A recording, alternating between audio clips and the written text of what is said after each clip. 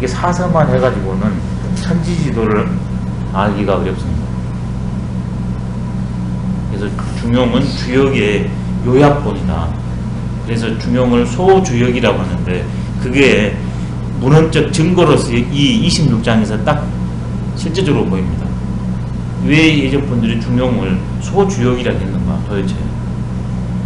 여가 확실한 증거입니다. 이게. 주역은 천지를 가지고서 나뿐만이 아니라 만물을 설명하거든요. 그래서 주역은 이렇게 말합니다. 천지 대덕할 생이라.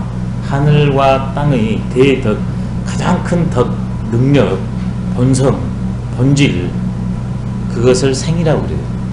생명. 천지는 살아있어요. 그 생의 작용을 천과 지로서 작용을 해내는 겁니다. 일생, 그 다음에 이천지예요. 생이 최고, 천지가 용이에요. 채용 관계를 했을 때. 근데 실제 천지 이꼴 생이 이제 채용 자재로 하나이긴 합니다만은,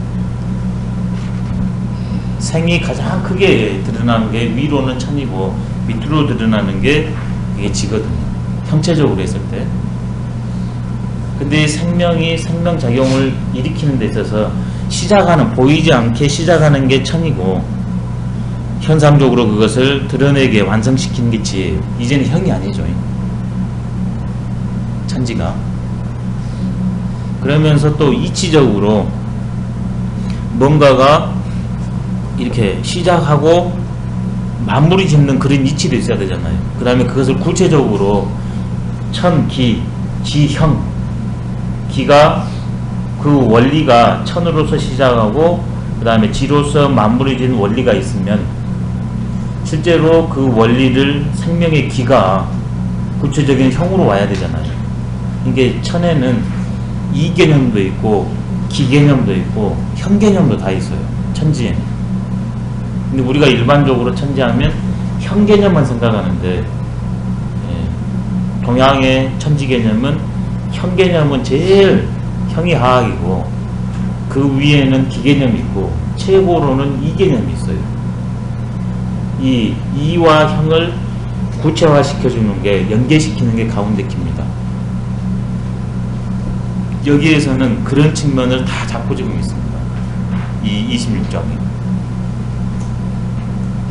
그래서 주역에서는 뭐냐 그러면, 천지인원의 만물 화순하고 하늘과 땅이 인원이라는 것은 천기, 지, 기가 만나는 거기 때문에, 천은 양기고 지는 음기입니다.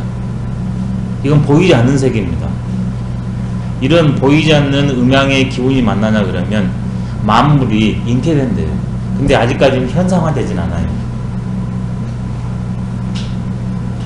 만물 그 인원입니다. 그 다음에는 실제적으로 그렇게 해가지고 보이지 않는 음양의 기운이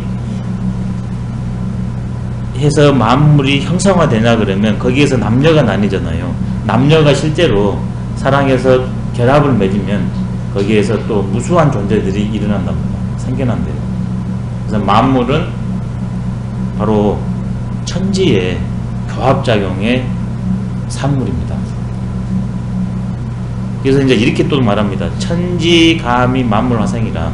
하늘과 땅이 교감을 하면, 따로 떨어져 있으면 불교감입니다. 그러면 어떤 변화가 아니라는데, 하늘과 땅이 교감을 하냐 그러면 만물화생이라 온갖 존재들이 이렇게 모양을 드러낸답니다.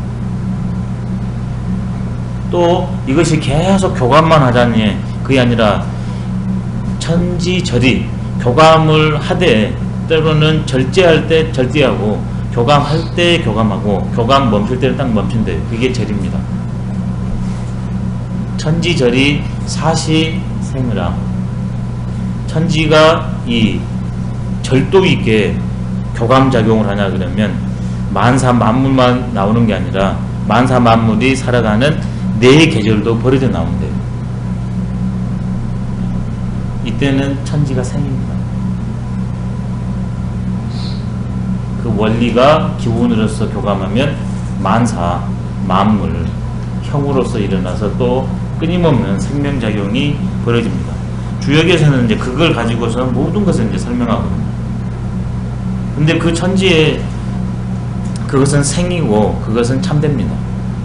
그게 지성무식입니다. 보통 참이 아니라 참 그 자체이기 때문에 지성입니다. 그래서 심이 없습니다. 지성무식이라. 정성으로 했을 때는 정성을 들이다가 안 들이다 합니다. 그러면 심이 있습니다. 생명 그 자체는 쉼이 없습니다. 지성무식이라. 근데 생명체화 돼버리면 때로는 생명 그대로 살기도 하지만 못 살기도 하거든요. 이게 쉼이 발생합니다. 그래서 이제 아하 나의 실상을 자각하냐 그러면 무식의 삶으로 전환을 꾀하는 방법이 불식입니다. 쉼없이 노력해가지고 내가 정성을 들여서 참의 존재로의 전환, 이게 불식으로 이루어집니다. 불식. 그래서 한 번보다는 두 번보다는 날마다 하는 것이 이제 관건이라는 게 불식직구입니다. 쉬지 않고 하냐 그러면 한 번이 하루가 한 달, 한 달이 1년 이렇게 되냐 그러면 오래되면 어느 순간 나도 모르게 그게 나타나게 됩니다. 앞에 문장에서도 이걸 확인할 수 있는 문장이 132쪽을 보시면 성즉형하고 그런 말이 있었죠. 기차는 치곡이니 하나를 끝까지 해버리냐 그러면 하나가 참되지냐 그러면 거기가 뭔가 나타난다고 그랬잖아요. 똑같은 말이에요. 근데 여기서는 구체적으로 말했습니다. 치곡을 어떻게 하냐, 쉼없이 계속 하는 것이다. 한 번에 되는 경우도 있죠. 앞에는 한 번에 돼버리는 경우거든요. 131종은 천하지성은 능진기성이니까 그냥 돼버리는 상태입니다. 근데 그렇게 안 되냐 그러면 쉼없이 하냐 그러면 끝내는 된다. 불구즉 징하고 그 다음에 이 징험이 나타나냐 그러면 이제 더 이상 멈출래야 멈출 수가 없습니다. 저절로 탄력이 붙어가지고 그냥 내가 멈추려고 해도 몸이 그렇게 반응이 돼버립니다. 그게 유언입니다. 구까지는 불식 구까지는 무슨 문제가 있냐면 인위적 노력이 있어요. 무식은 인위가 떨어진 자연이언이고 불식 구 진까지는 인위적인 노력이 따릅니다. 근데 징, 유언 이렇게 가냐 그러면 다시 완전히 자연이 영까지는 안 갔지만 인위적으로 노력을 안 해도 그렇게 됩니다.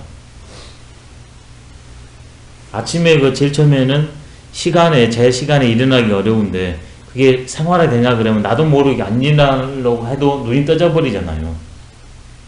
그런 생활이 쭉 되는 게 유언입니다. 유언. 그런 유언의 생활을 버리지 않고 하냐 그러면 이제 박후하게 됩니다. 그 다음에 마지막으로 박후가 지속되면 고명하게 됩니다. 이걸 이제 하나씩 끊어야 됩니다. 징, 즉, 유하고 원하고. 유하고, 예, 이제 끊어야 되거든요. 예, 두 개로 하면 안 됩니다. 유하고 원하니까 두 개. 예, 유원을 끊어야 돼요. 유원.